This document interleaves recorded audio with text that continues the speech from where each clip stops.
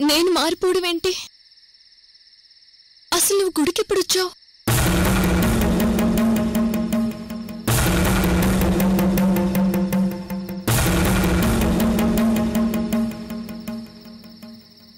అదేంటి అలా అడుగుతున్నావు? నీకు తెలీదా నేను గుడికి ఎప్పుడొచ్చాను? నువ్వెప్పుడు గుడికి వచ్చావో నాకెలా తెలుసు శర్వాణి? ఓ, నీకు కోయిదూరు చెప్పారా? అబ్బా, జోక్స్ చేయకు అమృత. పద పద, మనం అర్జెంటుగా వెళ్ళాలి. నువ్వు వెళ్ళి స్నానం చేసిరా త్వరగా. ఎక్కడికి శర్వాణి? అమృత, కొత్త కొత్త ప్రశ్నలు అడుగుతున్నావేంటి? మనం కలిసిపోయానన్న ఆనందాన్ని ఎంజాయ్ చేయి నువ్వు. ప్లీజ్ అమృత, ముందు నువ్వు వెళ్ళి త్వరగా స్నానం చేసిరా. శర్వాణి ఏం మాట్లాడుతుందో నాకేం అర్థం కావడం లేదు. వెళ్ళు అమృత. సరే, నువ్వు చెప్పినట్టు స్నానం చేసి వస్తానుండు.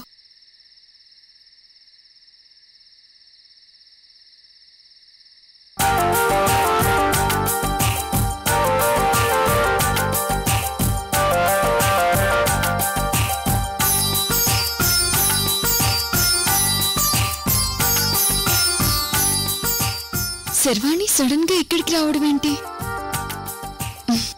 మా కోయిదూరు మాటలు మా శర్వాణి మీద బాగా పనిచేసినట్టున్నాయి. ఎనీవేస్, మా ప్రాబ్లం ఇంత త్వరగా క్లియర్ అవుతుంది అనుకోలేదు. థ్యాంక్ యూ కోయిదరా. నువ్వు చెప్పినట్టు నాకు మేలు జరగడం పక్కన పెడితే నీ వల్ల నా స్నేహితురాలు నాతో కలిసిపోయింది. నా శర్వాణి నా పక్కనుంటే ఇంక నాకేం ప్రాబ్లమ్స్ వస్తాయి? Hello Renu, good news. మన అమృత మారిపోయింది. ఇప్పుడు పూర్తిగా మన మనిషి అయిపోయింది. అవును రేణు.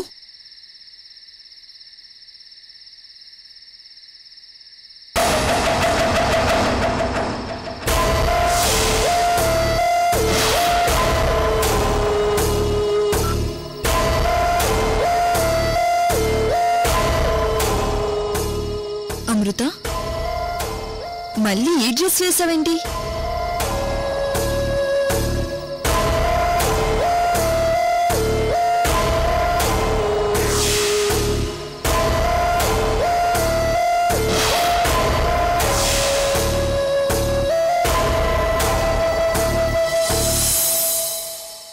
మళ్ళీ కళ్ళకి లెన్స్ కూడా పెట్టావా?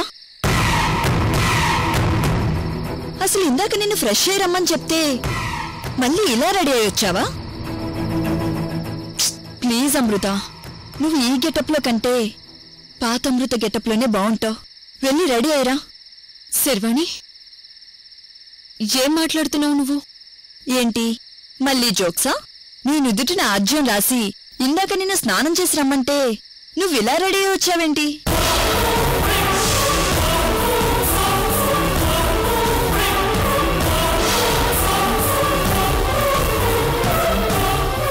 ఓ మై గాడ్, అంటే ఇక్కడికి నిజంగానే అమృత వచ్చిందా? ఏంటి అమృత ఆలోచిస్తున్నావు? అబ్బే, ఆలోచించడానికి ఏముంది శర్వాణి? నువ్వు కోరుకునేట్టే పూజ జరిగింది కదా, ఇప్పుడు నువ్వు హ్యాపీ కదా? ఫుల్ హ్యాపీ అమృత. సరే సరే, పద వెళ్దాం. నువ్వు నాకు రివాల్వర్ ఏం పెట్టి తీసుకొచ్చావు కదా, అవతల నా కోసం శ్రావ్య అభిరాములు కంగారు పడిపోతుంటారు. ఓ అవును కదా. సరే పద పద.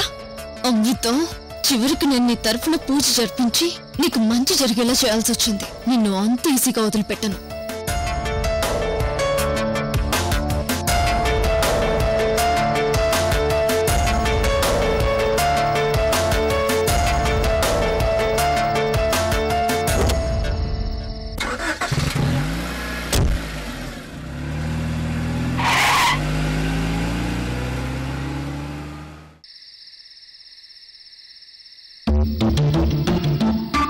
శర్వాణి, శర్వాణి,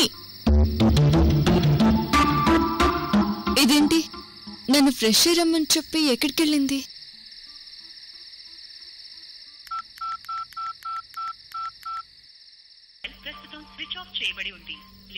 స్విచ్ ఆఫా? ఇంతలోనే ఎక్కడికి వెళ్ళినట్టు? ఎనీవే, శర్వాణి పూర్తిగా మారిపోయింది. స్వామి, నాకిప్పుడు చాలా సంతోషంగా ఉంది.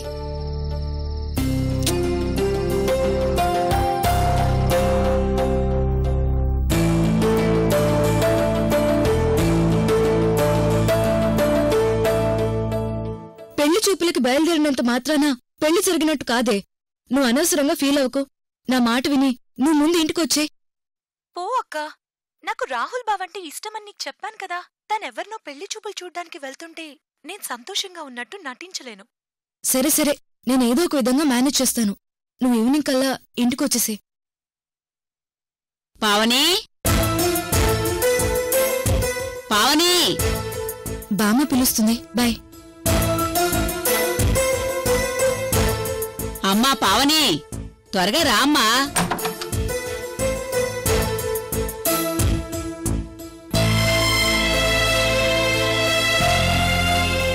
అమ్మా, కనీసం స్వామీజీతో ఒక్క మాట అయినా చెప్పకుండా ఇలా పెళ్లి చూపులకు వెళ్ళడం నాకు ఇబ్బందికరంగా ఉందమ్మా. స్రవంతి, ఒకే విషయాన్ని పదే పదే ఆలోచించకు. మనం వెళుతుంది వాడికి పెళ్లి చేయడానికి కాదు. నీ కొడుక్కి అనుమానం రాకూడదు, భిక్షు మాట పోకూడదని చెప్పాను కదా. నా మనవడి జాతకం గురించి నాకు తెలీదా? అక్క, బయలుదేరదామా?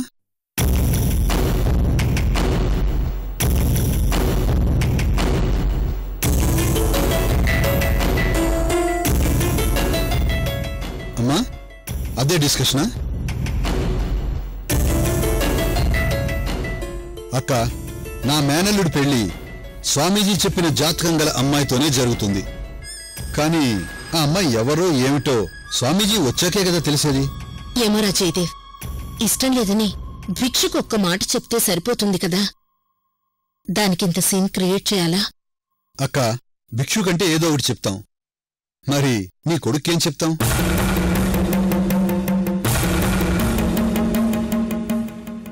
పైగా వాడే పెళ్లి చూపులకి సిద్ధం అని చెప్పాడు. ఇప్పుడు కాదు కూడదు అంటే వాడికి అన్ని విషయాలు చెప్పాల్సి వస్తుందని చెప్పాను కదా.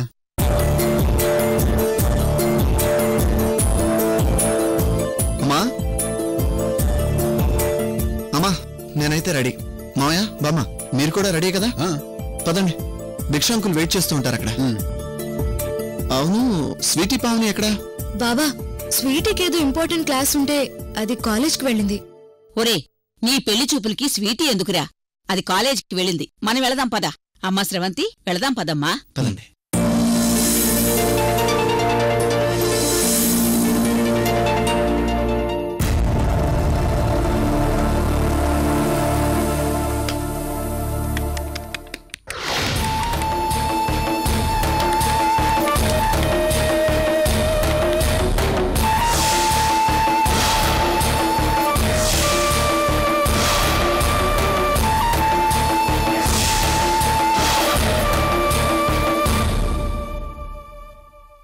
చచ్చా, బల్లేంటి ఇలా మీద పడింది?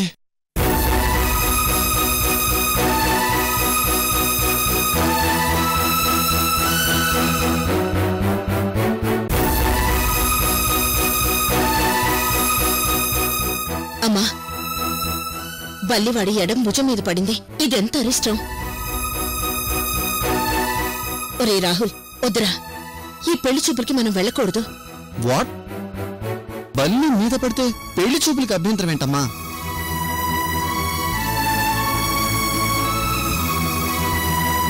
రే, ఇది అపశకునానికి సూచకంరా. శుభకార్యానికి వెళ్ళేటప్పుడు ఇలా జరగకూడదు. అమ్మా, నువ్వైనా చెప్పమ్మా వాడికి. అమ్మా, ఇంకా నువ్వే కాలంలో ఉన్నావు? బల్లన్న తర్వాత జారి పడకుండా ఉంటుందా?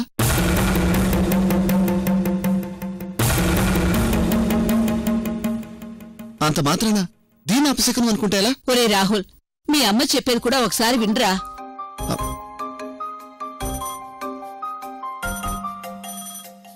ఇదిగో భిక్షంకులు కాల్ చేస్తున్నారు.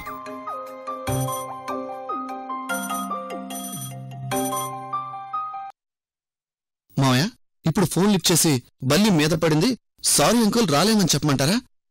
ఎంత అసహ్యంగా ఉంటుందో ఒకసారి ఆలోచించండి.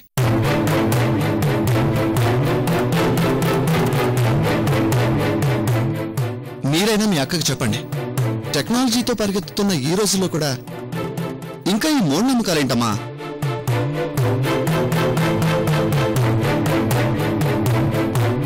ఒరే రాహుల్, మన సంస్కృతిలోనే కొన్ని పద్ధతులు నమ్మకాలు కలిసున్నాయిరా.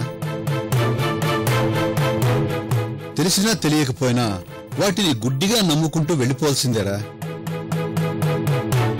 ఇలాంటి విషయాల్లో వితండవాదం చేయకూడదు.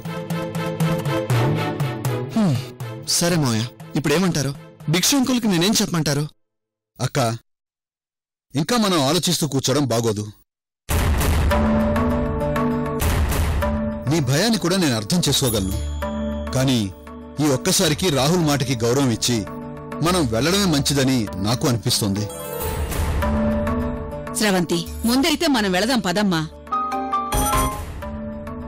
హలో భిక్షు అంకుల్, మేము ఇప్పుడే బయలుదేరాం. అలాగలాగే ఆ అడ్రస్కే వస్తాం. ఓకే అంకుల్, రండి.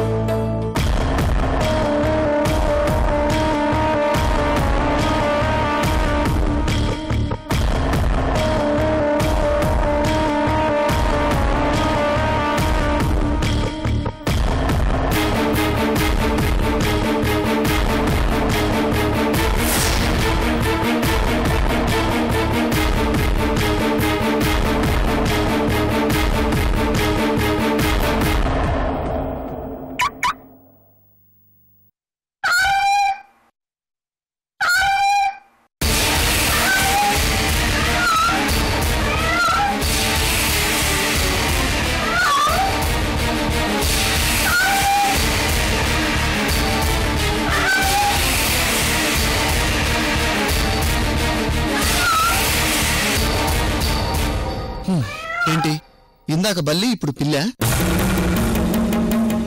అమ్మా, నాకు ఈ మూఢనమ్మకాలపైన అస్సలు నమ్మకం లేదమ్మా.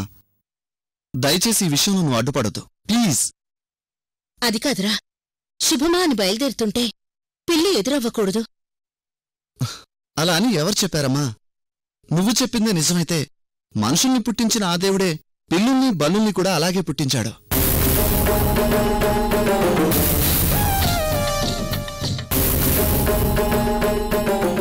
ఒక ప్రాణం శుభసూచకంగా, మరో ప్రాణం అశుభసూచకంగా అంటూ ఏది ఉండదమ్మా. దాని దారిని అది వెళ్తుంటే మనం దాని దారికి ఎదురొచ్చాం అంతే. దీంట్లో ఏ నమ్మకం లేదు. ఒరే రాహుల్, నాకెందుకో కీడు శంకిస్తుంది. ఈ ఒక్కసారి నా మాట వినరా. బామ్మా, మళ్ళీ నువ్వు మొదలు పెట్టావా? మావయ్య, మీరు చెప్పండి, మనం పెళ్లి చూపులకి వెళ్తున్నామా లేదా? ఇలా నాన్సుడు నాకిష్టం లేదు. Say yes or no.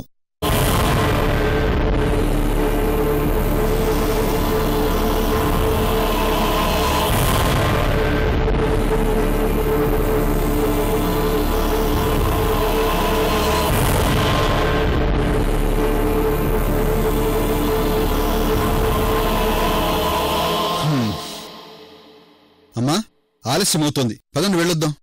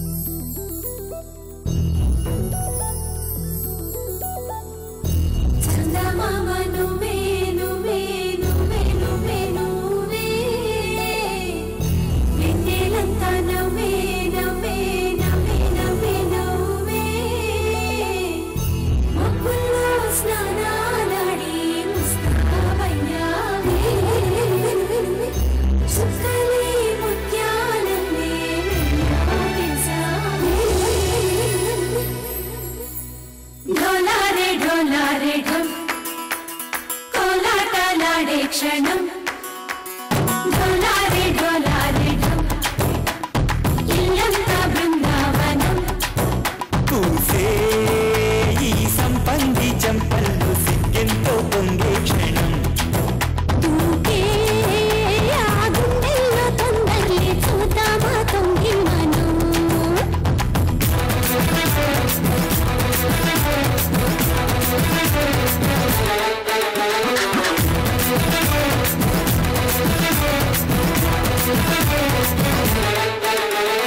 డోలారే డోలారే ఢమ్ కోలాటలాడే క్షణం డోలారే డోలారే ఢమ్ ఇల్లంతా బృందావనం ఇల్లంతా బృందావనం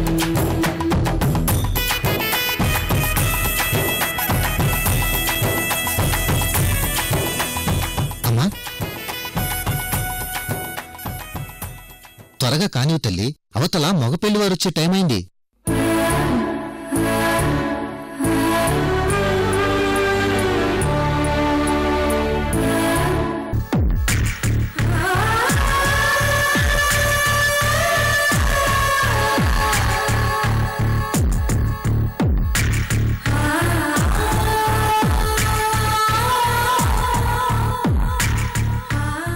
భిక్ష అంకుల్, ఎందుకో నాకు ఈ టైంలో మా తాతయ్య పక్కనే ఉంటే బాగుండనిపిస్తుంది.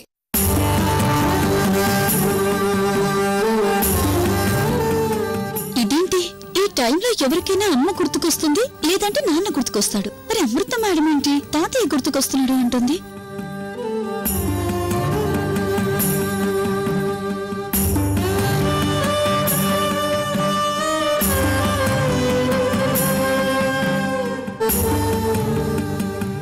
అమ్మా నిన్నిలా చూస్తుంటే నాకే ముచ్చటేస్తుంది. నిజంగా మీ తాతయ్య బ్రతికే ఉంటే ఇప్పుడు చాలా సంతోషించేవాడు తల్లి.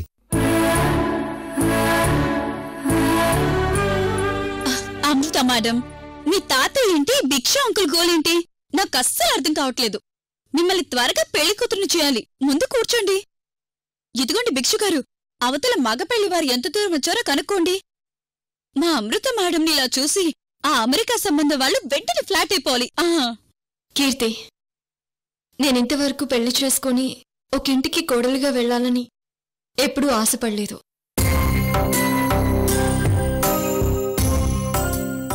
ఎందుకో మా భిక్షు అంకుల్ చెప్పిన తర్వాతే పెళ్లి విషయమై బాగా ఆలోచించాను.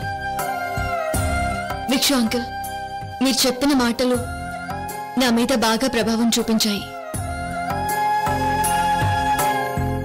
నాకు ఒక భర్త, ఒక కుటుంబం, ఆ కుటుంబంలోని కట్టుబాట్లు ఉంటే ఎంత బాగుందో అనిపించింది.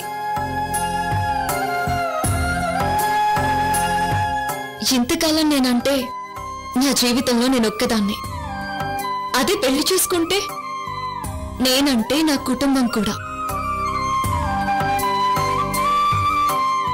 ఫ్యామిలీ లైఫ్లో ఉన్న సంతోషం బ్యాచిలర్ లైఫ్లో ఏముంటుంది అంకుల్? రాత్రంతా ఆలోచించి నేనెందుకు పెళ్లి చేసుకోకూడదు, నేనెందుకు ఇంటికి ఇల్లాలుగా వెళ్ళకూడదు అని నన్ను నేనే ప్రశ్నించుకున్నాను. అమ్మ అని పిలిచేందుకు నాకెలాగూ అదృష్టం లేదు. నేనైనా అమ్మ అని పిలిపించుకునే అదృష్టం ఎందుకు దూరం చేసుకోవాలి అనిపించింది.